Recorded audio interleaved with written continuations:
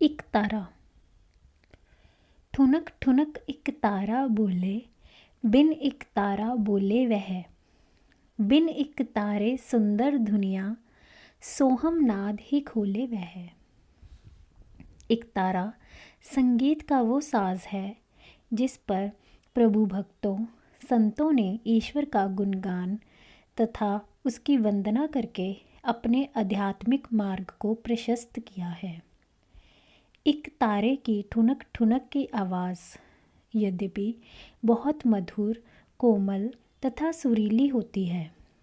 मन उसकी लय पर स्थिर हो जाने को चाहता है, किंतु फिर भी यह आवाज़ भौतिक जगत की बाह्य आवाज़ ही है, जिसके लिए एक तारे का होना तथा उसका बजाना आवश्यक है। यहाँ पर एक तारा आंतरिक, स्वाभाविक, अनाहत नाद का प्रतीक मात्र है। आंतरिक नाद के लिए किसी बाह्य साज अथवा आधार की कोई आवश्यकता नहीं होती। जब ईश्वर कृपा शक्ति अंतर में जागृत होकर विभिन्न प्रकार की क्रियाएं करना आरंभ करती है, तो उसमें अनाहत नाद भी प्रभु की लीला के रूप में अंतर में प्रकट होता है।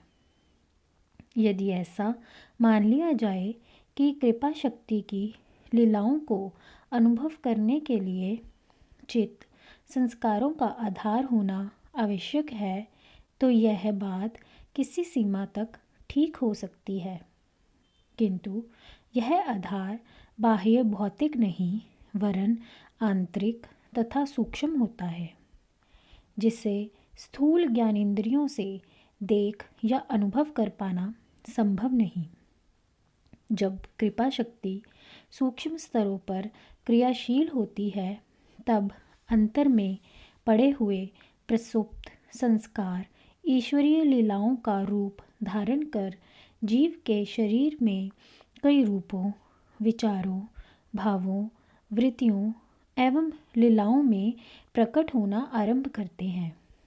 इसलिए यहाँ कहा गया है कि बाहर जगत में दिखाई देने वाला एक तारा अंतर में कहीं भी विद्यमान नहीं है, किंतु एक तारे के आधार पर उठने वाली अनेकों ध्वनियाँ, राग रागनियाँ तथा भाव भावनाएं स्वमेव ही प्रकट होने लगती हैं। अंतर में बजने वाला एक तारे का मधुर नाद सोहम का मार्ग खोल देता है। सोहम जीव के चित्त की वह शुद्ध आंतरिक अवस्था है जिसमें वह ईश्वरीय शक्ति को अपने से भिन्न देखते हुए भी उसके साथ अभिन्नता का अनुभव करता है। यह बात समझने समझाने की नहीं, अपितु स्वयं अनुभव करने की है। सोहम आध्यात्मिकता की एक उच्च अवस्था है, जिसको प्राप्त करने के लिए सबसे पहले कृपा शक्ति की अंतर्मुखी जागृति आवश्यक है। तत्पश्चात साधक का धैर्य एवं समर्पण युक्त दीर्घकालीन साधना अपेक्षित है। तदनंतर उसका चित्त शुद्ध होकर उसे चेतन शक्ति क्रिया के माध्यम से नहीं वरन अपने शुद्ध निर्मल स्वरूप में उसके समक्ष उपस्थित होना चाहिए। इन सब अवस्थाओं के पश्चात ही सोहम की अवस्था उदय होती है। जब तक जीव बाह्य जगत में भौतिक एक तारा बजाता रहता है, तब तक तो वह उसी में मस्त रहता है, किंतु जब उसका आंतरिक एक तारा बज उठता है, तब उपरोक्त आंतरिक अवस्थाएं उससे एक एक करके प्राप्त होती हैं। ना कोई एक तारा दिखत, ना ही तार कोई दिखे, ना ही दिखे उंगली हिलती, फिर भी रहा ही बोले वह।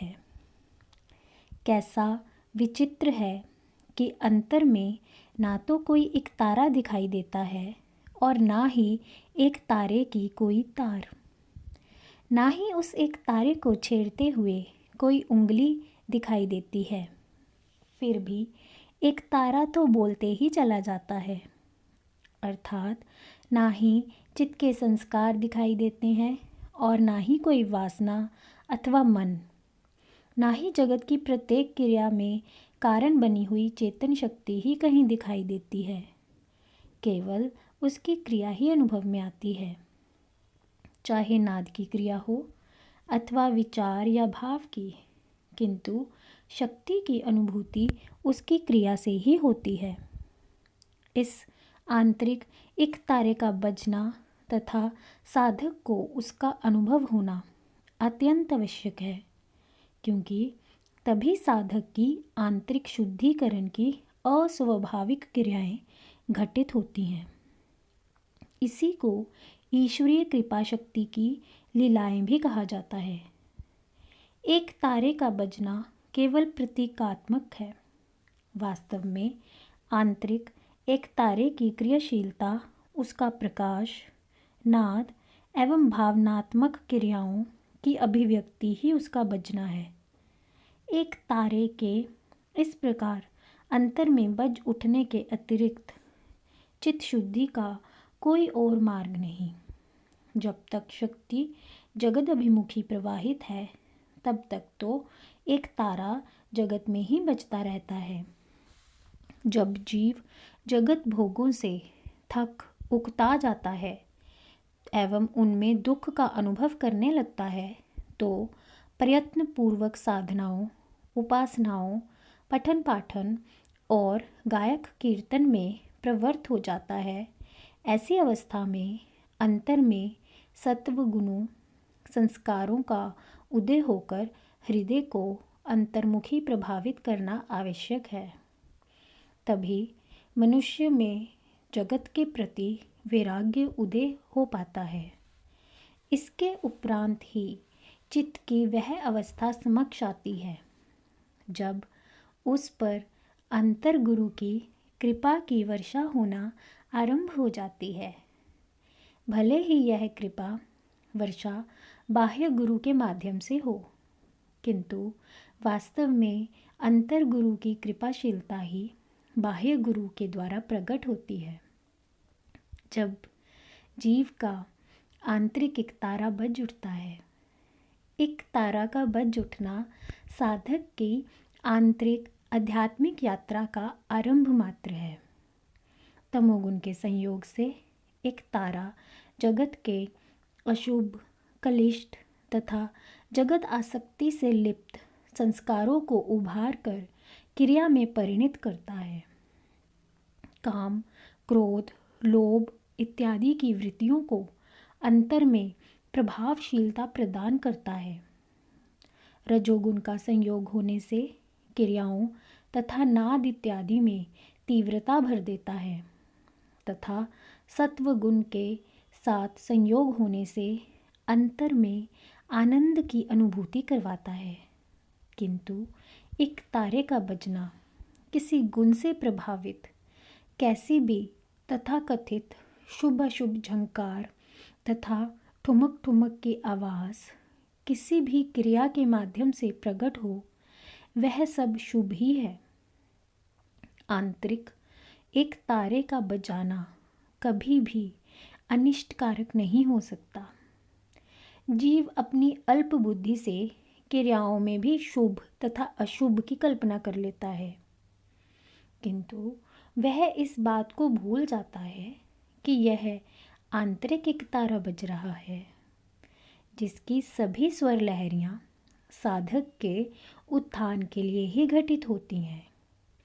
शुभ अशुभ का निर्णय जीव अपनी चित्त स्थिति के अनुसार ही करता है। एक तारे का बजना कभी प्रकट होता है तो कभी अप्रकट हो जाता है। उसकी ध्वनि की ओर साधक का लक्ष्य मुड़ जाना उसकी आंतरिक क्रिया है, जिसमें एक तारे का बजना प्रकट हो जाता है। किंतु बहिर्मुखी वृत्ति में आंतरिक ध्वनियों की ओर से साधक उदासीन होकर जगत में उलझ जाता है। इसीलिए अहंकारवश उसे एक तारे का बजना सुनाई नहीं देता।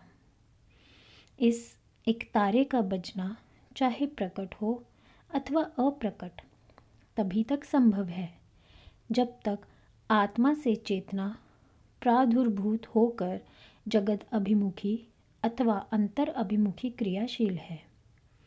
इसकी ध्वनि या तो उस अवस्था में सुनाई नहीं देती जब जीव जगत के प्रति आसक्त होता है, अथवा उस समय भी सुनाई नहीं देती जब चेतना अपनी क्रियाशीलता समाप्त कर आत्मविलीन हो जाती है।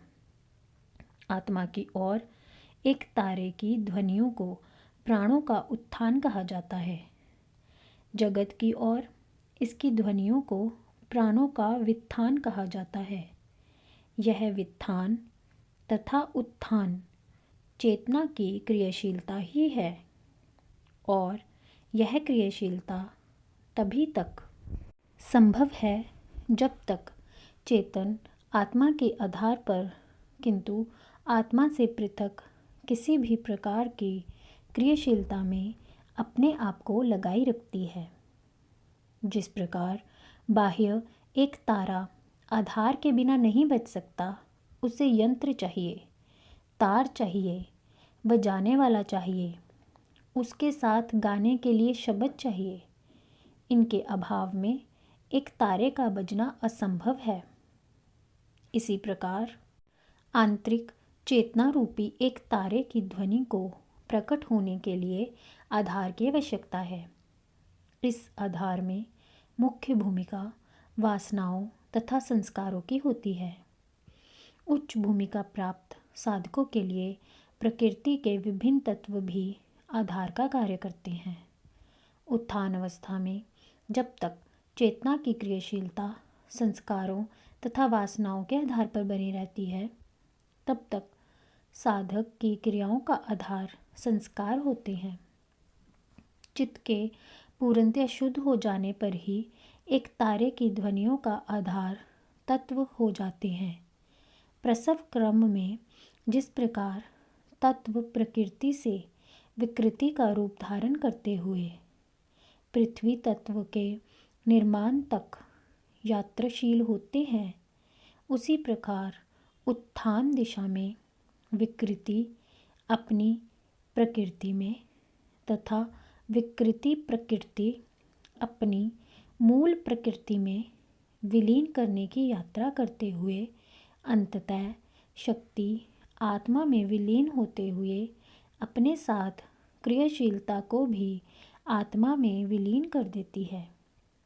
तब एक तारे का बजना बंद हो जाता है। अनहद नाद करे प्रकाशित कोमल चिंचिन छिनछिन वह, बिन पक्षी के चहक गूंजती बिन बादल के कड़के वह। यहाँ पर एक तारे की ध्वन्यात्मक क्रियाओं का वर्णन किया गया है। अंतर्मुखी क्रियाशील शक्ति कभी तो मन में विभिन्न चक्रों का आधार लेकर, कभी धीरे धीरे तो कभी उच्च स्वरूप से कई प्रकार के अनाहत नाद उत्पन्न करती है। चिन चिन तथा छिन छिन की कोमल ध्वनि से हृदय को गुंजायमान कर देती है। अनाहत का अर्थ बिना किसी आहत के प्रकट हुआ शब्द। भौतिक शब्द या तो दो वस्तुओं के आपस में टकराने से उदय होता है अथवा दो वस्तुओं के परस्पर रगड़ने से पैदा होता है। अंतर अनाहत स्वर में कुछ भी आहत नहीं होता, अर्थात ना तो कोई दो वस्तुएं आपस में टकराती हैं और ना ही एक दूसरे से रगड़ खाती हैं। जगत में जीव को जो भी कुछ ध्वनियाँ सुनाई देती हैं, उन सब के चित्त में संस्कार संचित हो जाते हैं। वही संस्कार आंतरिक जागृत शक्ति की क्रियाओं के माध्यम से चित्त में अनाहत नाद रूप में प्रकट होते हैं। जब तक चित्त में संस्कार हैं, तब तक पूर्व संचित संस्कारों का आधार बना रहता है तथा उनके अनुसार विभिन्न नाद क्रियाएं भी प्रकट होती रहती हैं। तब अंतर में बिना किसी वाद्य के बजाय ही विभिन्न वाद्यों की ध्वनि सुनता है, बिना किसी गायक के गाए मधुर संगीत का श्रवण करता है, बिना किसी पक्षी के चहचहाए विभिन्न पक्षियों की वाणी सुनता है, बिना बादल के गर्जना होती है, बिना बिजली के कड़क उठती है, बिना जल प्रवाहित हुए कलकल की ध्वनि सुनाई देती है, तथा बिना किसी समुद्र की लहरों के उस लहरों का शोर सुनाई देता है, बिना सूर्य चमके अनंत प्रकाश दिखाई देता है। यह सब नाद के ही विभिन्न स्वरूप हैं। कर्णेंद्रियाँ जगत का ज्ञान वाणी के द्वारा चित्त में प्रतिबिंबित करती हैं, तो मुख्य बात चित्त में ज्ञान का प्रतिबिंबित होना है। जब यह ज्ञान नेत्रों के माध्यम से प्रतिबिंबित होता है तो उसे नेत्रों के द्वारा सुनना समझना चाहिए। जब नासिका के द्वारा सुगंध अथवा दुर्गंध का ज्ञान चित्त में प्रतिबिंबित होता है तो उसे नाक के द्वारा सुनना समझना चाहिए। जब जीवा के द्वारा खाद्य पदार्थों का खट्टा, मीठा, तीखा स्वाद का ज्ञान चित्त में प्रतिबिंबित होता है तो उसे जीवा के द्वारा सुनना समझना चाहिए। जब स्पर्श इंद्रियों के द्वारा जगत का ज्ञान चित्त में प्रतिबिंबित होता है तो उसे स्पर्श इंद्रियों के द्वारा सुनना समझना चाहिए। जीव की पांचों ज्ञानेंद्रियां प्रति क्षण एवं प्रतिपल कभी जगत के भाव का तो कभी अभाव का ज्ञान चित्त में प्रतिबिंबित करने में ही लगी रहती हैं, जिसके फलस्वरूप चित्त में अनेक शुभाशुभ एवं त्रिगुणात्मक संस्कार संचय होता रहता है।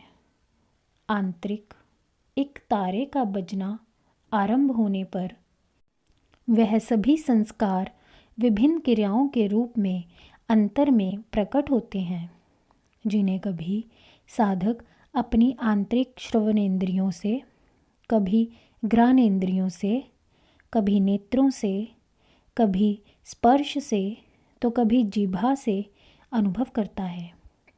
अतः सभी प्रकार की क्रियाओं को किसी न किसी रूप में नाद का प्रगटीकरण माना जाना चाहिए, किंतु सामान्यतः अंतर्नाद क्रियाओं को ही नाद माना जाता है तथा अपने चित्त को अंतर उदित नाद में लय कर देने को भी लय योग कहा जाता है। अन्यथा किसी भी क्रिया में दृश्य अथवा ध्वनि में चित्त लय हो जाना भी लय योग ही है। एक तारा यह अजब अनूठा, बजत बजत ही जाए वह, मस्त करे उन्मुक्त भक्त को, पिया पिया ही बोले वह। यह एक तारा अत्यंत विचित्र एवं अनुपम है।